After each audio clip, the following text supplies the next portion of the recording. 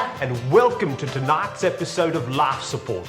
I'm Sigourney, and tonight I'll be taking all you modern women through the most magnificent modern method of birth control.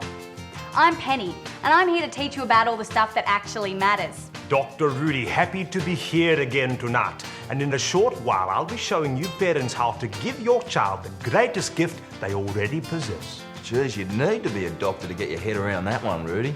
Not if you keep watching, my friend. Yeah, right. G'day, I'm Todd, and as you can probably tell, I'm a handy man. And tonight, I'll be revealing a potential killer that exists in every family home. But don't worry, I will be letting you in on what to do about it. Oh, Todd, that truly sounds like must-see TV. It certainly does. And it sounds like we've got a pretty packed show. Oh, we sure do. So let's not hang about, let's get stuck in.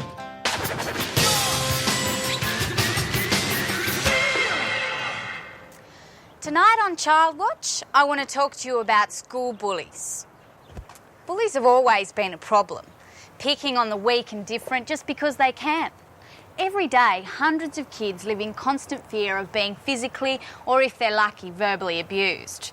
So, if you're the victim of school bullying, don't worry, because here's the solution.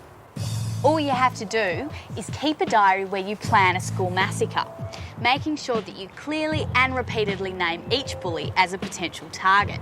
Then just leave the diary somewhere to be discovered.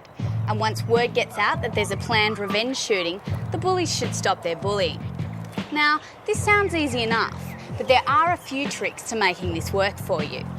Firstly, never use your name in the diary.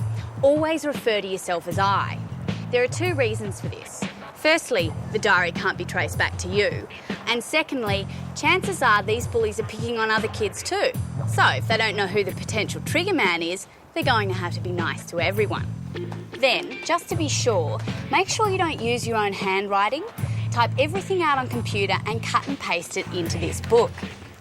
Sure, that takes time, but cutting and pasting makes it look like you're totally preoccupied with revenge, and everyone will take the whole thing more seriously. You might also want to include some newspaper clippings of other revenge shootings, just to show where you got your inspiration from.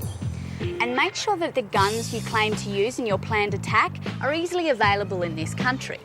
You don't want to blow the whole thing by claiming to own a gun that you saw on telly, only to find out that it doesn't really exist. So do your research. Your best bet is to go for something that's not too fancy, a gun that anyone would own. And there you have it. A cheap, easy and crafty way to keep those bullies at bay. And not only have you saved yourself, but every other kid too. And you've given the bullies a taste of what it's like to live in constant fear. See ya.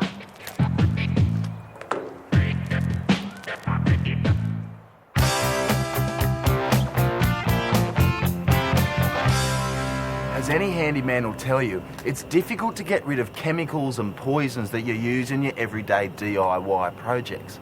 Local council and the EPA have really cracked down on people who dump these toxic nasties. So, take a tip from Todd and mark your dangerous chemicals with an instantly recognisable logo. Then, leave them in the back of an unlocked car and you can be sure some fashion junkie will come by and help themselves. You see, a passing adolescent isn't going to care they haven't seen the advertisement for a bright yellow Nike sports drink that smells like sump oil. They just see a jar with a swoosh on it and swoop. Now, this branding works for anything you might want to get rid of. So, there's no need for you to go to the tip ever again. You can get rid of any unwanted computers, fridges or furniture simply by leaving them in the back of an unlocked car with the right logo in the wrong suburb overnight. And when you're finally done, don't pay the parking fee, just leave the car. Yeah, that's right. Just do it. I've got this big thing against Nike at the moment. I reckon labels are a big sign of low self-confidence and low self-esteem in a person, that they need to conform to what society thinks that they should be wearing. Shoes, they're the latest ones from Nike. Yeah. These jeans are from Echo. There. Shirts by Guess. Watches Jag. Oh, religious beads. I'm Buddhist. And country road bag. Yeah, so it like on average a week I'd probably spend like $200 on clothing.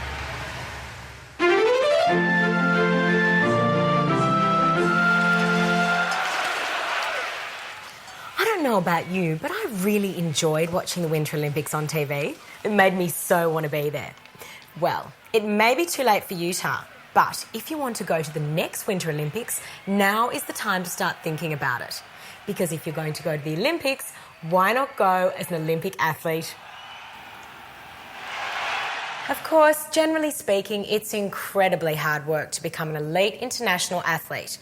But if you're like me and you haven't played competitive sports since you were forced to do hockey in year 10, don't worry, there is a loophole. Can you do this? Then you've got all the skill it takes to become a member of the Australian curling team. Curling is a wonderful sport, kind of like lawn bowls on ice. The person who slides the rock down requires some skills. But a curling team also needs 2 people to do the sweepy thing. And anyone who's ever cleaned a kitchen floor already has all the skills they need. So get your act together and start curling now. Who knows? If you get really good at sweeping, you might even get a medal.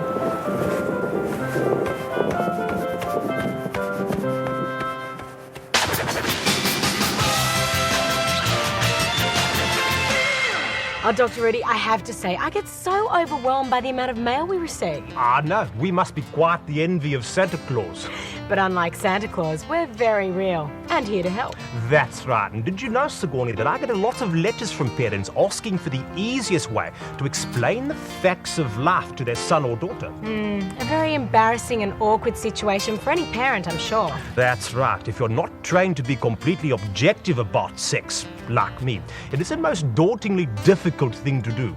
Our grandparents used allegories like the birds and the bees, and my father gave me an illustrated book called Where Did I Come From? But these days, kids aren't into allegories and books, they're into television. And that makes giving them the big talk an absolute doddle.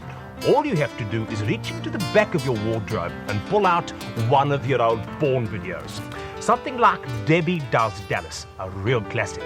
Then line it up at a nice heterosexual one-on-one scene. Just make sure you turn the volume down so they don't hear any nasty swearing. Yes. Then call the youngster into the room, press play, and show them exactly how babies are made. So simple, and a moment to cherish for parent and child alike. Of course, you'll have to explain that it doesn't normally go all over the back like that. That's just for demonstration purposes. So there you go, a refreshingly frank way to explain the facts of life. And all it took was an old porno.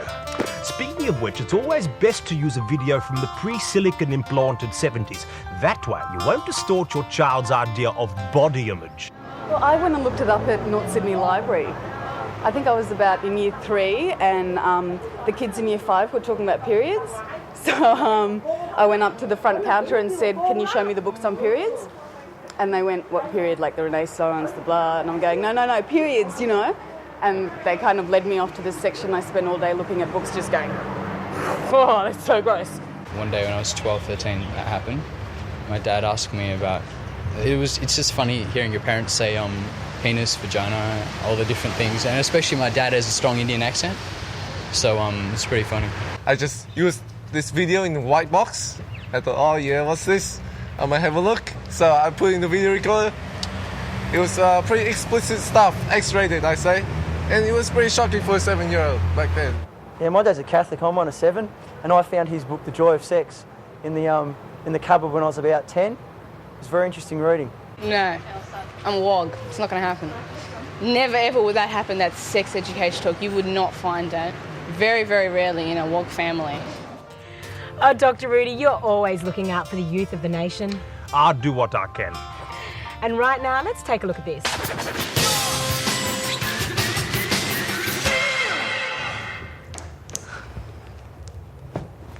Drugs can ruin your life. I'm sure they feel good. And all that stuff about them being bad for your health is just government propaganda. But the downside of getting high is that drugs are really expensive. So, for the sake of your bank balance, I'm going to show you a great way to get free drugs whenever you want them. Simply join the police force. Once you've filled in a couple of forms, taken a couple of tests, and completed a few months of basic training, the government will give you a handgun and put you out on the streets. Now, if you can't get a good deal from a dealer once you're on patrol, You should have no troubles getting fixed up back in the police station locker room. Oh, she looks like she's on something good. See ya. Hey, mate, where'd you get your stuff?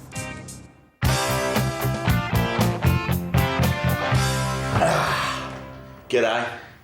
We all know that too much television is bad for children, and at 60 kilos, this is far too much television. You see, unfortunately there's been an increasing number of incidents where young kiddies have jostled with the television only to have it fall down on top of them, killing them and the TV. So tonight, I'm going to show you how to avoid this tragic double fatality in your home. Now, you could always just buy a lighter, smaller television like this one, but there's no need to go to extremes. I mean, you've already given up enough to be a parent. Of course, you could shell out for one of these new plasma screen TVs. It's top of the line and it's light enough to hang on the wall away from wandering hands. But at $15,000, well, the kid's already costing you around $30,000 a year, and you don't know where that money's going to come from. So the best thing to do is ensure your existing set is secure and safe, and that is so simple. Just build a fence around your television so that the kiddies can't get to it. You can pick up your materials from your local pool shop and bolt it to the walls and floor. Just remember to put in a gate so that you can get in to put on a video or DVD. So take a tip from Todd and install a preventative playpen around your TV today and protect the two most precious things in your life. Hello, Australia, and welcome.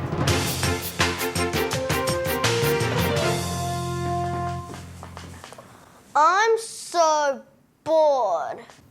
These days, children are far too reliant on expensive toys and computer games to keep themselves entertained. As a result, you parents end up spending more money every birthday and Christmas on presents that you hope will keep kids like Hosni here amused. So next birthday, why don't you try giving them the gift that keeps on giving? Give them their imagination. Sure enough, all children should use their imagination, only most haven't found it. And here's how you can give it to them. Simply take a large empty box and gift wrap it for the special day. Children love unwrapping presents, and the bigger the better, and their imagination will get going just by trying to guess what's inside. Happy birthday, Hosni. Wow, is it a train set? Yes it is. It's a PlayStation as well. Wow, a train set and a PlayStation. It's anything you want it to be. It's your imagination. Let it run wild and you can have or do anything you like. But there's nothing in here. There's something marvelous in there. You just don't know how to use it yet. Keep trying. And there you have it. Hours of fun, and it's practically free, and it doesn't need batteries. He may not thank me for it now, but when he's 35, overweight and balding, he'll still be able to look in the mirror and see only a matinee idol looking back. And that's a great gift. Bye now.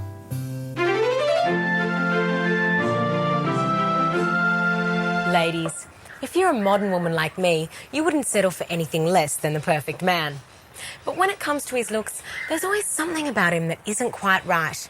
Maybe his lips are too thin, his eyes too close together, or his chin too weak, even if his credit rating is strong. But who amongst us has the time to endlessly search for this Mr. Perfect? Well, there's no need to worry, because there is a way you can have someone else do the searching for you. All you have to do is head to your local police station and file a report about how you were attacked by an intruder. Then give a lengthy and very detailed description of your attacker to a sketch artist. Yes, his eyes were expressive, exactly the right space apart, and a deep blue colour, like Mediterranean rock pools. And he had a very sculptured jaw and cheekbones, not as sculptured as Guy Pearce though. And he has just the fullest, softest lips. Lips you can imagine kissing for hours and hours. In facial hair? No, thank you. Once your vision is complete, oh yes, that's him. That's definitely him. Now it's time to set the boys in blue out to round up the anything but usual suspects. Can I get a closer look at number 3, please? Number 3, step forward. Turn your left. And you're right. Then, as soon as you've found him, tell the police they haven't. I'm afraid it's none of them. All right, you're all free to go. Excuse me. I have to go to the bathroom. Hi. Remember, one-way glass means you can see them, but they couldn't see you. Would you like to go for a drink? Oh, boys, I'd love to join you for a drink. You go ahead and I'll catch up. Great. See ya. And there you have it. I've got my pick of 4 magnificent men, and it took all of about 4 minutes. And if you don't have any success with them, remember, your assailant is still out there. You know, Penny, since your story last week about chroming, we had a big response from our viewers. Choice. I love to interface. It's all about connecting with the folks out there. And with a few folks in here. Apparently, Dr. Rudy was very impressed by your advice last week. Really? Oh, yes. In fact, I think it inspired his next segment. Yeah? Huh. Just proves there's something for everyone in my POV. I guess.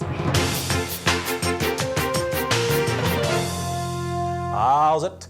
Dr. Rudy here. You know, many of you young male viewers have consulted me, all with the same problem. You feel there is a distinct possibility that you are gay, but you will not be completely convinced of this until you experience the physical nature of homosexuality. The problem is, if you have homosexual sex and found out you are straight, you will have outed yourself for no good reason at all. But don't worry, bar curious boys. All you need to do is test the waters in a covert way. And this is easy to do, especially if you and your friends are into chroming. All you have to do is get hold of a can of water-based paint. Then the next time you and your friends indulge in some inhalant use, you use this. That way, when everyone else is passed out, you will still be conscious and can have your way with the aerosol addict of your choice. Then if you discover that homosexuality isn't for you, well, no one will ever know that you once had a crack at it. If, however, you find that gay sex is for you, just inhale a can of the real stuff and join your comatose canoodler in a post-coital catnap. So, there you go, boys. Give that a go. A clandestine way to find out if you're gay. Bye now. They can't tell, but other people will probably tell them, your hand movements are suggesting that you're gay, or the way you talk, it's like a stereotypical thing. I suppose some of them you can't tell, and the only really way to test them is just start pushing up on them and see how they react.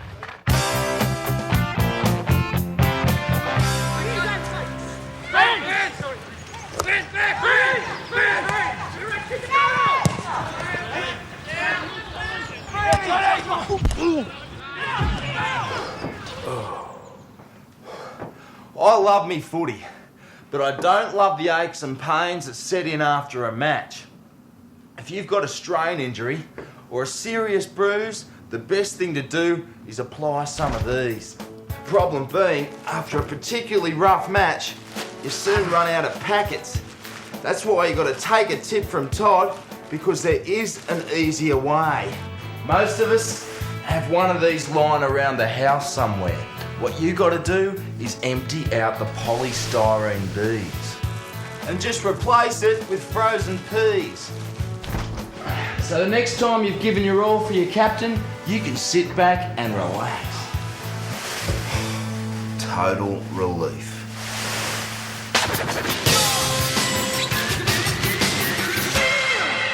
There's nothing I dig more than a totally huge night out. And at the end of one of those nights, I'm always fully starving. The only bummer is I've got enough money to either get home or get something to eat. And I always choose to eat. And I always choose to eat pizza. Because if you ask for home delivery, they'll always take you too. See ya.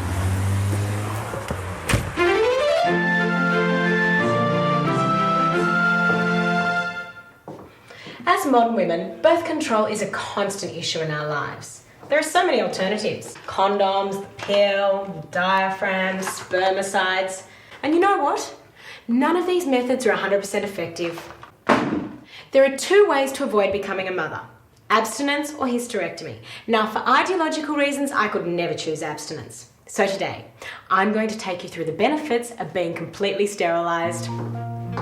For a start, the female reproductive organs weigh the best part of a kilo, so having them cut out is a great way to lose weight. Then, once they're gone, no more surfing the Crimson Tide. You can surf every day of the month. Plus, you'll save a fortune on condoms and pill prescriptions, and you'll never have to visit the abortion clinic again. I know what you're thinking. Surely getting a hysterectomy is sacrificing the most powerful weapon in any woman's armoury, her ability to trap a man into a shotgun wedding. Not at all.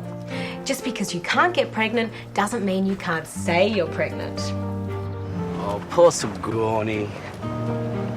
Bet you're glad to be rid of those pesky tonsils. I am. Of course, one day I'll want to give my husband children, and I'll do just that, through adoption.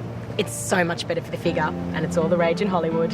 Now that I'm barren, I can relax and have fun, safe in the knowledge that the only person I'll have to mother is the man in my life.